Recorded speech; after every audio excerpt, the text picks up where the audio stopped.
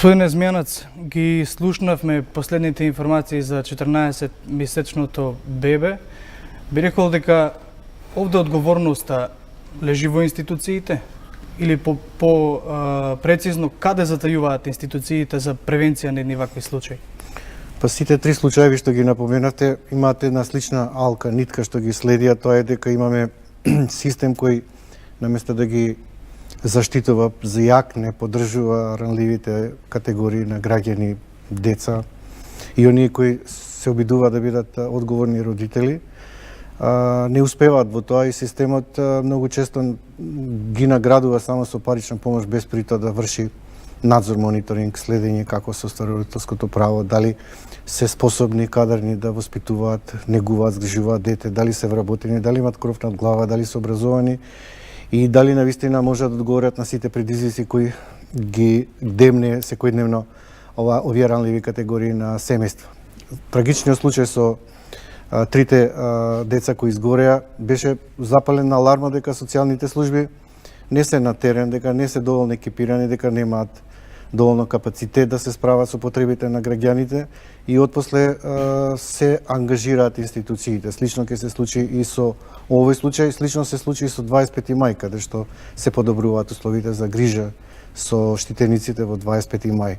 Тоа значи дека реагираме отпосле, тоа значи дека медиумите и граѓанскиот сектор и граѓаните мора да бидат дежурни сведоци, свест на општеството за да го... Впрочем, медиумите се тие кои што алармираат.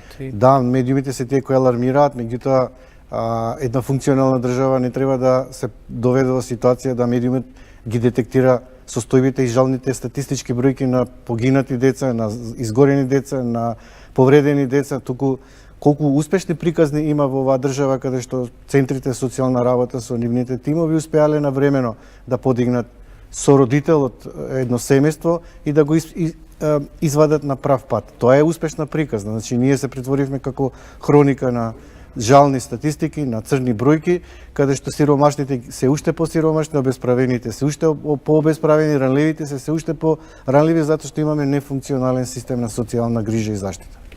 Професорке, од психолошки аспект, ако институцијата е таа која што ненавремено реагирала, пак затаила во овој случај, тогаш каде е одговорноста? Може да ја бараме во родителите или колективно во општеството, бидејќи потврдило, не ги препознало токму сите сигнали кои што укажувале дека ова може да се случи? Така.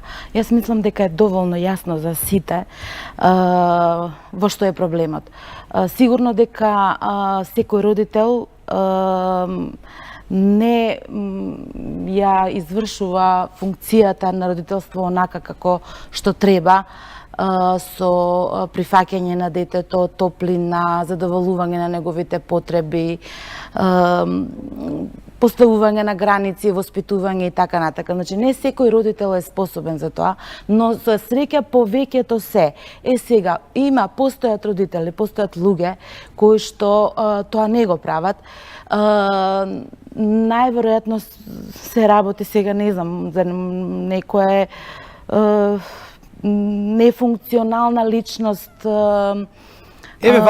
нефункционално семејство, ама и самата личност на родителот, најверојатно нешто постои тука патолошко сега, кое што води до вакви несакани последици. Така, баш да го прецизирам прашањето. Психолошки објаснато, постои ли термин кој што објаснува како еден родител може да го занемари, нелогично е бидејќи, да го занемари собственото дете? Како може? Па може, затоа што едноставно е таков.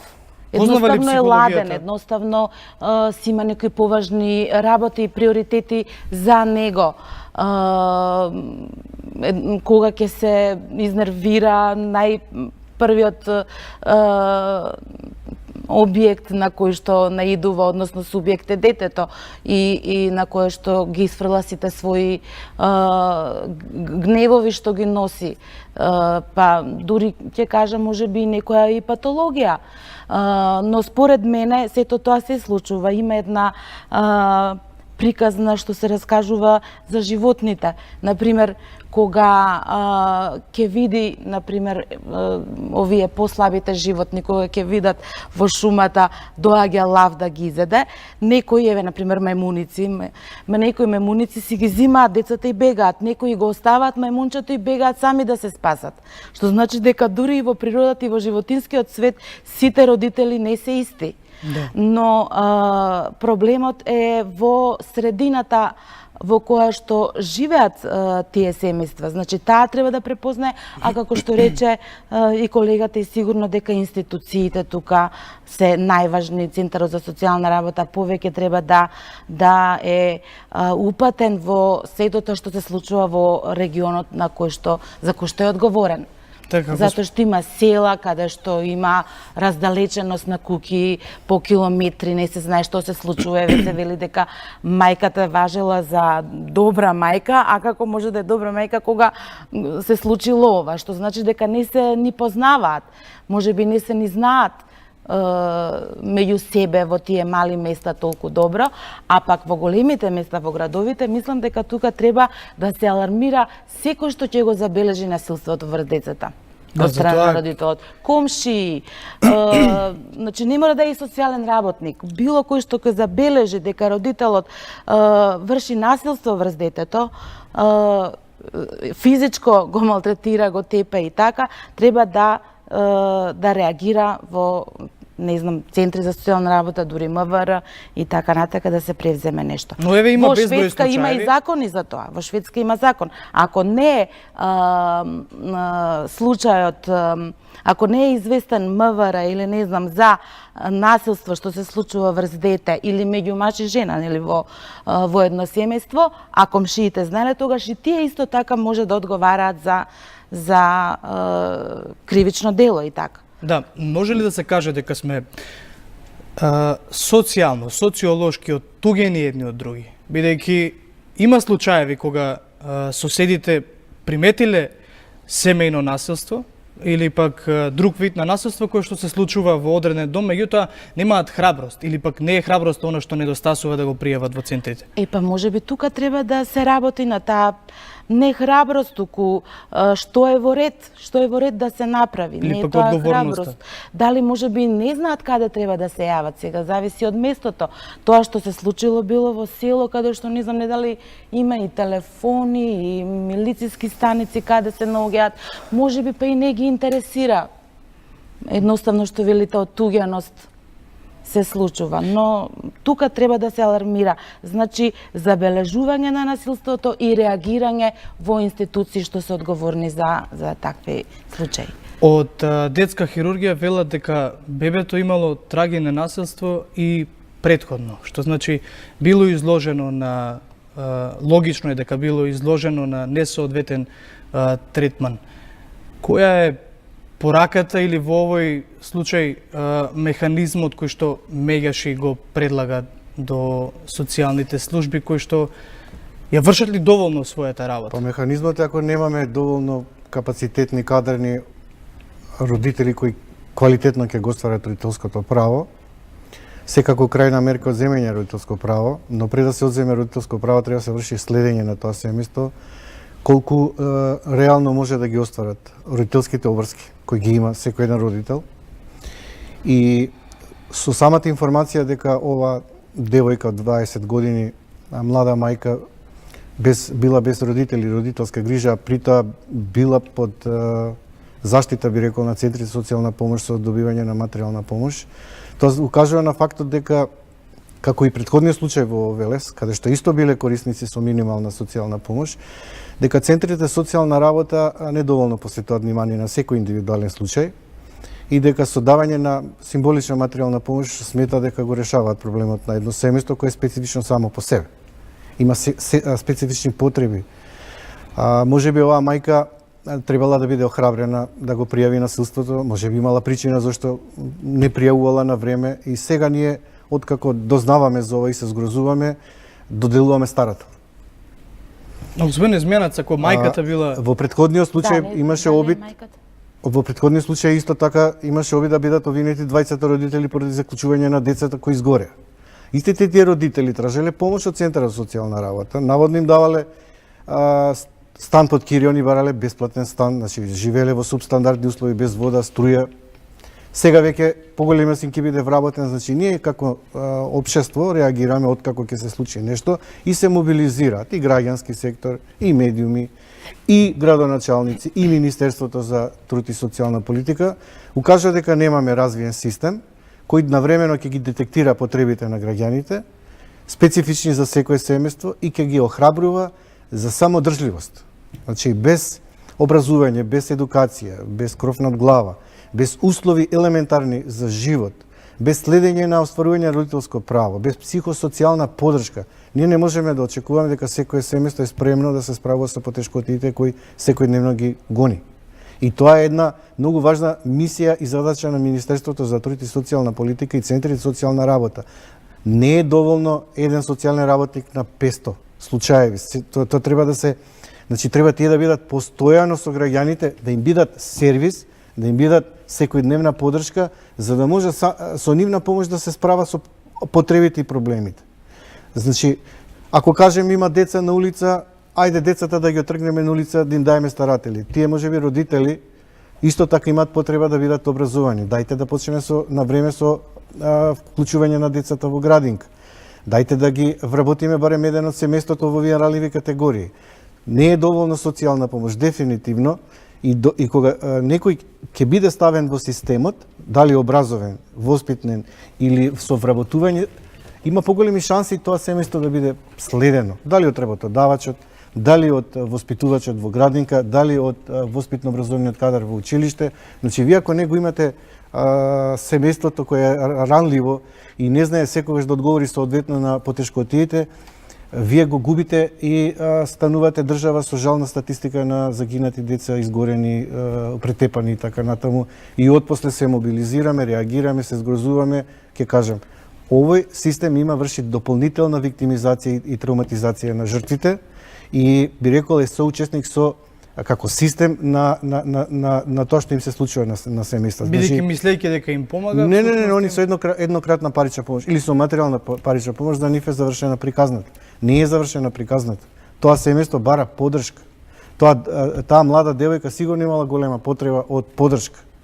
И ако, рековте вие дека била добра мајка, како може одеднаш сега да се случи да не го пријавила насилството? Зошто не го пријавила насилството? Кои потешкоти ги имала за да не го пријави насилството?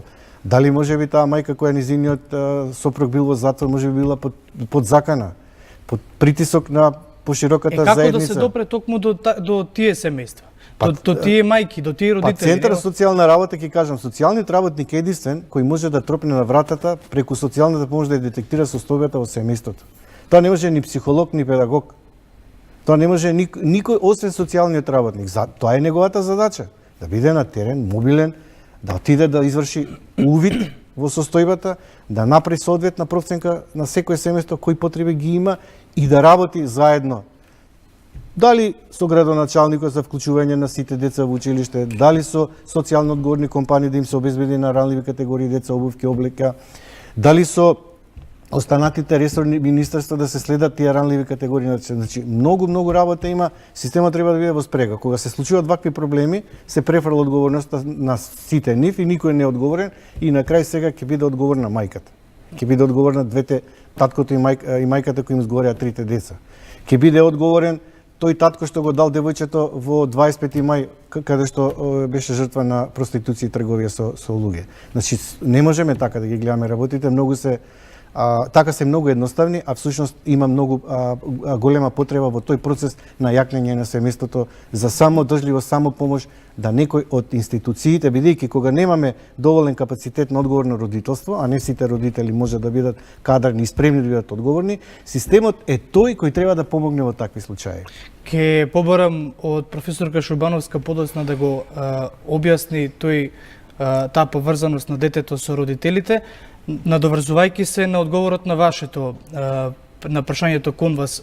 Детската амбасада Меѓаши се бори за заштита токму на Па ние сме спроведували кампања за одговорно родителство. Дали денес го гушнавте вашето дете? Дали му Така. кажевте колку го Примерна сакате? цел ви е заштита Дали на денес детето. разговаравте? Заштита на права на деца. Алармираме цело време дека има невидлива бројка на деца, фантоми кои може да исчезнат од мапата во Република Македонија, никој да не знае дали се грабнати, киднапирани, тргувани со органи, проституирани или не знам што.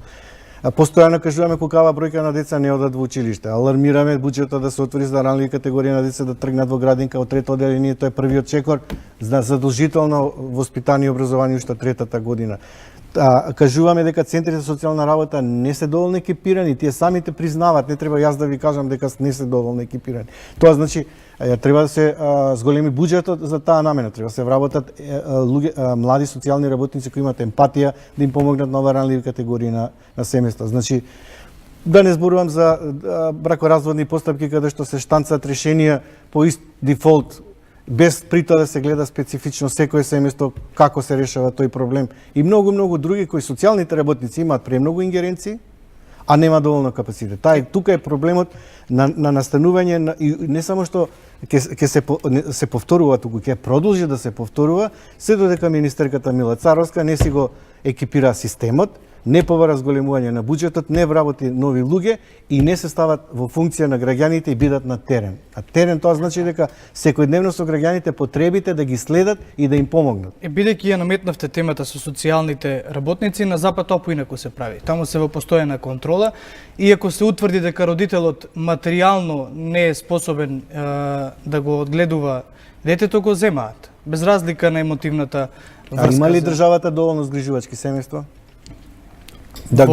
Да ги одземе родителското право на сите тие кои ќе детектираат слабости, дали има капацитет да одземе толку деца колку што ќе ги згрижи со квалитетно згрижувачко семејство за нивниот правилен раст и развој на децата. Во што е проблемот што него стартува тој програм? А колку згрижувачки семејства има во Македонија? Подготвени да згрижат дете исто? Многу малку и не се доволно наградени за тоа што го работат. Значи и тоа е нов проблем. Згрижувачката работа, згрижувачко семејство, тоа е втор родител, старател. Тоа значи повторно грижа за едно дете да го израснеш до 18 години. Тој родител треба да има емпатија да го прави тоа не само од материјална полза, туку да го прави тоа што сака да чува и изгрижува деца. Дали затоа што нема, дали затоа што сака, не мотивите нема да ги наблюдуваме, но главниот мотив е да сака да згрижува дете и да помогне во неговиот развој. И тоа треба се негува како култура, како вредносен систем во кој граѓаните ќе се вложат себе си, а државата ќе отвори доволно средства да ги награди за нивната способност за згрижување, чување, воспитување и правилен раст и развој на децата. Професорке, емотивната врска доволно ли е како оправдание да не се одземе детето, ако сакаме да превенираме и војни на вакви случаи? Сигурно дека не е оправдано. Значи, доколку постои атачмент, се вика тоа, нели, емотивна врзаност меѓу мајката и детето, не е оправдано. Мислам, психолошки не е оправдано да се одземе детето од родителот, туку треба да се помогне на тоа семејство како да го изгледа детето во едни добри и стимулативни услови колку што може, нели, државата или општеството да го овозможи тоа, доколку не може семејството. Меѓутоа, никако доколку постои, пак ќе кажам, затоа што во некои односи меѓу родител и дете и не мора да се создаде таква емотивна врзаност. Го зборевме и претходно, зависи од личноста на родителот, некогаш и од личност и самото дете, ако е потешко дете, родителот не може тоа да го не се совпаѓаат со темпераментите и така натака. Значи не мора секогаш да се случи врзување емотивно меѓу мајката и детето или таткото и детето, но доколку постои апсолутно не сме да се раскинува таа врска родител-дете со одземање на детето, туку треба да се помогне на семејството. Тоа треба да е крајна мерка. Да. Крајна мерка. Првиот пат кога разговаравме јас и вие, статистиката според УНИЦЕФ беше дека речиси 80% од родителите сметаат дека ќотекот е излезен од рајот, нешто што вие за кое што вие не се согласивте, рековте дека некои од родителите дури и ги разгалуваат своите деца па им допуштаат многу повеќе. Ваквите случаи не се појавуваат само во социјално загрозените семејства. Ваквите случаи ги има без разлика какво е семејството, се додека има некоја дисфункционалност внатре. Можно ли е и тоа да биде причината за едни вакви случаи? Па сигурно дека е можно. Значи има занемарувачки родители кои што ги занемаруваат своите деца, не им посветуваат внимание, не поставуваат граници, контрола на однесување. Или пак премногу им дозволуваат. И самиот тој начин на однос на родителот кон детето не е заинтересиран. Сега гледате родители надвор излезени во кафиче, сите си гледаат во своите телефони, не знам не дали забележуваат каде им е детето или што е, уште од малецко. Мислам, јас извинувам, не да навредувам, меѓутоа го забележувам, Реалноста е таа. го забележувам, да, често. Така што, значи, тука треба да се обрне внимание повеќе на љубовта, топлината, грижата и поставување на контроли, што што е главната задача на воспитанието од страна на родителот. Значи треба да му дава љубов, топлина, сето тоа што велите, гушкање и така, да му кажува дека го сака, дека го прифаќа, дека е добро како дете, но одредени постапки не се добри и тие треба да се коригира, да се постави граница. Значи тоа е добро родителство, а постојат и други многу попусливо родителство, непоставување граници, занемарувачко родителство каде што не ги интересира, едноставно си имаат своји проблеми родителите и детето не им е во прв план, да речеме, ниту втори, така. Што не треба да се случува. Што не треба апсолутно да се случува. Господин Изменац, во недостаток на доверба во институциите, дали во детската амбасада меѓаш имате често пријави за... Па се јавуваат на нашиот СОС телефон за деца и млади. Се јавуваат и, за жал, пак ќе кажам, сиромаштијата е број 1 во последниве 3 години. Тоа значи дека граѓаните не знаат, не можат, не се секогаш спремни да се справат со неа. Исклучување на децата од образованието, бракоразводните постапки, физичкото насилство и сексуалната злоупотреба. Тие ни се 5 најглавни проблеми за кои се јавуваат деца, нивни родители, најблиски и тоа како генерален проблем. Она што мислам дека недостасува е повеќе на квалитетно посветено време на родителите со своите деца. Значи тоа не мора да биде со часови. Некојаш доволно и пола час, зависи. Колку што повеќе родителите им посветуваат време на своите деца, толку повеќе шанси имаат децата да дознаат, родителите дознаат што се случува со детето. Дури јас некогаш и ги охрабрувам децата да први ја започнат комуникацијата со своите родители, ако не се родителите присутни и се уште се таму од каде што доаѓаат во домот кога доаѓаат дома. Децата да потикнуваат и иницираат разговор, затоа што секој започнување на еден разговор е добра стартна основа да се детектира на време некој проблем со кој се соочува детето и да му се помогне. Сега, дали тоа ќе го направи родителот на време, или ќе успее да го направи психологот и педагогот во училиштето, или социјалниот работник од Центарот за социјална работа, е многу важно кој прв ќе го детектира проблемот. Од некаде мора да се почне. Има родители кои ги малтретираат децата и сака да го сокрие тоа. Или не се доволно едуцирани дека физичкото насилство се санкционира и дека веќе не е оправдано како начин на воспитување и комуникација со своето дете. Некогаш родителите се жалат дека од немоќ ги удираат децата, значи не се спремни да комуницираат доволно со своите деца и не знаат како да комуницираат. Затоа сметам дека повторно Центарот за социјална работа треба пред да стапат во брак млади брачни парови, да им ги посочи обврските на едни брачни парови, другари, идни родители, што ги чека во обврските на родителствување. И кога стануваат родители исто да работат на охрабрување на родителствување. Родителствувањето на некој начин е занет, тоа не може секој да биде вешт добар родител. Некојаш имаш добра волја, сакаш, а не знаеш како да постапиш. Исто така, кога се разведуваат родителите, треба да има процес советувалиште во Центарот за социјална работа да им се објасни какви се трауми деца да ги чекаат при бракоразводната постапка, пак родителите малце да помислат, се премислат евентуално дали навистина е до таму дојдено да мора да се разведат, што се ќе следи после тоа. Значи Центарот за социјална работа има навистина многу работа и многу ингеренции и повторно се надам дека овој апел ќе стигне до соодветните релевантни луѓе во владата и во министерството. Треба да се јакне овој сектор.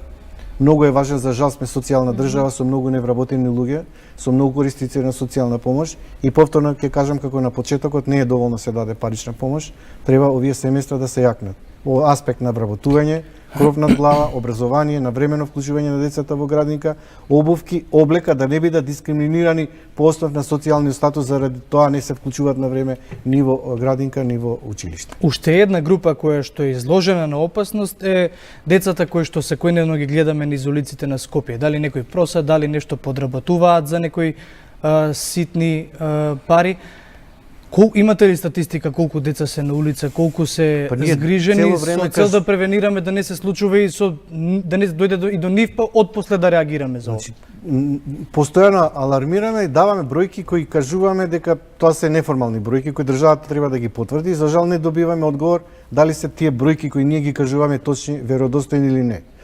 Имено кажуваме дека има околу 2,5 до 3.000 деца кои немаат извод од матична книга на родени. Државата до сега излегла со некој податок од 300 до 400 неевидентирани деца, сивата бројка може би и 10 пати. Кажуваме дека секој дневно, дневно низ крстосниците гледаме околу 2.000 деца кои питачат. Потоа велиме дека околу 18.500 деца не го завршиле, не почнале да учат, основно задолжително. Дека 200.000 луѓе не завршиле основно училиште. Дека имаме за време на мај и септември деца чиј труд се злоупотребува, не одат на училиште, како успева да ги оправат. Тука има работа за трудови инспектори, просветни инспектори, значи што се случува со тие деца, зошто се злоупотреба нивниот труд. Значи повторно ќе кажам, системот мора да се стави во функција на граѓаните и тој сервис на граѓаните и да биде од помош и поддршка, затоа што клучни се првите години во правилниот раст и развој на детето. Ако ги испуштиме првите 5-6 години, се регрутираат или во питачи, или препродаваат дребули, или чуваат добиток, или чуваат помали братчиња и сестрички. Значи, тука имаме злоупотреба на децата и нивниот труд, а Македонија има ратификувана конвенцијата, меѓународната конвенција за трудот 182 и задолжителна е да ја почитува и да ја имплементира, за да не се доведеме во ситуација да биде критикувана во Комитетот за правата на детето во Женева, каде што од наша страна стигаат препораки. Државата не им посветува повторно доволно внимание на препораките кои стигаат од Женева и повторно се случува да не повикувате во студио да ги дефинираме жалните бројки кои вие ги кажавте за краток временски период, а има уште неколку случаи кои исто така не се разоткрени, наводно за мито за посвојување на деца, наводно за трговија со деца во болница од малолетнички, од штитенички од разни институции и така натаму, каде што и правобранителот, народниот правобранител има сомнеш. Сите тие работи држава дека не ги разоткрие, ќе се создаде една недоверба во институциите на системот, не само како систем кој не помага, туку и како систем кој дополнително не прави да бидеме ранливи, да бидеме обесправени, да не се чувствуваме безбедни и сигурни. Професорке, каде е образованието? Не може да нема поврзаност помеѓу ова што се случува со образованието, како едукацијата на детето, така и едукацијата на родителот. Па секако дека важно значење, клучно значење има и образованието, покрај она воспитание и нега што му ја нуди првично семејството на детето. Училиштето е втор фактор на социализација. Наставниците понекогаш се викаат и втори родители, што значи дека на некој начин може да бидат и замена на родителот кога се во училиште. Веќе односот, оној што беше порано авторитарен, претирана строгост, да се бара претирана дисциплина, е во ова време 21 век надминат, што значи дека и наставникот и училиштето треба да пристапуваат кон децата воспитно на кој начин, на начин пријателски, дека тие се во училиштето за нив, за децата, за учениците, да им помогнат во сите нивни проблеми, најмногу во учењето. Значи да се создаде една демократска, да речем, атмосфера со авторитети. Значи не авторитарност, туку авторитетност. Наставници кои што учениците си ги сакаат, а тоа се оние кои што им помагаат, кои што им приоѓаат со разбирање заради секакви, не знам, проблеми или ситуации на кои што наидуваат децата. Тие наставници се добри и тие се наставници на 21 век. Значи, веќе наставникот, исто како и родителот, треба да и училиштето да покаже грижа, топлина и воспитување на детето, да го проложи она што би требало да го има во семејството. Така. Дали може да се стави на скалило што е поважно, формалното или неформалното образование и воспитание од дома? За децата или за наставниците? За деца. Па и формалното и неформалното сега. И двете се важни, меѓутоа кој е оно што го гради личноста? Сигурно дека е важно, затоа е нели задолжително, меѓутоа неформалното не знам на кое мислите, на оние што одат и курсеви и така на тие. И улицата и домашното воспитување. Да, улицата како образование, да ви кажам, не е сосема и не треба да се исклучи. И тоа им е потребно на децата, понекогаш и уличното образование, што значи социализација. Значи да знае како со децата, со врсниците. Тоа пак од дома се учи кои вредности да ги проценуваат кај своите врсници, како да ги избираат другарите, како да се дружат, на кој начин да се дружат, како да ги надменуваат конфликтите кои што се чести во другарството. Дали со агресија или со разговор или асертивност, докажување, разговарање. Така што она што ја викаме под наводници улична школа не е добра ако е само улична школа, нели? Но и без таа улична школа некогаш и децата како да кажам, не можат па да се снајдат понатака во животот. Значи треба и едно и друго. Ако под неформално подразбирате и она социализација или дружење што го имаат децата со врсниците. Тука има еден проблем во образованието кога некои од наставниците велат како јас ќе го воспитувам детето кога доаѓа со домашно невоспитание. И најчесто ја префрлат одговорноста, па родителот нека си ги воспита децата, па така натаму и така натаму. Повторно ќе кажам, не секој родител е спремен, кадарен да воспитува. Можеби не знае, можеби толку знае. Тоа не значи дека не го сака детето. Тука има голема разлика од воспитувањето, исто така е... Ама тоа апсолутно се извинам, не е важно дали го сака. Важна е перцепцијата на детето како се однесува родителот кон него. Океј, љубовта е доминантна. Тоа го прави и развива неговата личност. Се создава врска, кога се создава комуникација врска, настапува и процес на грижа, чување, воспитување и така натаму. Она што е проблем со образованието, вие кој го кажавте, што ние немаме воспитување класично во образовниот систем. Како мислите немаме? Ако имаме проблем во воспитување. Значи ние имаме образовен процес без воспитна компонента или воспитна компонента занемарена со нагласок на образовната компонента. Тоа ви е нашиот образовен систем. Најважно е знаењето, тоа мислите да... Да, значи вие во образовен систем имате дете кое оди таму да учи, да научи материјал кој таков како што е, а при тоа наставниците нема доволно време за комуникација со своите деца. Психологот се уште се третира како баба Рога, каде што ќе одиш под казна заради нешто направено, не детектирано навреме за да се превенира, него кога нешто ќе се случи. А наставниците се жала дека од преголема обврска кон наставата и кон дневникот нема доволно време за комуникација со децата, нема воншколски активности во рамките на училиштето, доволно, и од граѓански сектор и од самото училиште. И повторно децата се препуштени или на улицата или на родителите. А последователно тие се потенцијалните родители во иднина. А родители, И тоа се имитира модел, тоа значи повторно ќе кажам, кампањата не случајно беше благонаклоно прифатена од граѓаните, дали денес го гушнавте вашето дете. Значи немаше граѓани кои не ни придоа, не ни рекоа секоја чест ме подсетивте, 100 пати ќе го гушнам дете. Значи тоа е почетен контакт. Па потоа те сакам, сине те сакам, керко. Па разговор малце и веќе почнува комуникација. Тука веќе е отсуството на комуникација е проблематично од аспект на или немање време, или презафатеност, или отсуство на комуникација. А кога имаш отсуство на комуникација, детето може да се повлече сам во себе да најде виртуелна комуникација која можеби не е соодветна. Знаете, ви имате сајбер насилство, имате педофили кои демнеат на социјални мрежи, родителите не знаат секогаш како да направат родителска контрола околу тоа како се користи социјалниот медиум, компјутерот и така натаму, на кое место е, колку што е помало детето е толку поранливо. И имате жртви на сајбер насилство од страна. Потоа имате врсничко насилство, исто така во надворот, дворот училишен, во рамките на училишниот двор, каде што повторно не можат да се справат воспитно-образовните кадри со спречување на сајбер насилството, а и морам да бидам искрен, самиот медиум знае да продуцира насилство со сериите кои ги продуцира на своите телевизиски канали. Можеме да заклучиме дека освен системот, односно дека ни е потребен еден функционален систем во сферата на социјалната грижа и едно подобро образование. Јас ке ви се заблагодарам што бевте гости во Студио 1. Се надевам дека во некоја следна прилика не мора да ве бараме да токму за вакви нешто добро, случаи. успешна приказна. Да ги пофалиме институциите дека нешто добро направи. Така.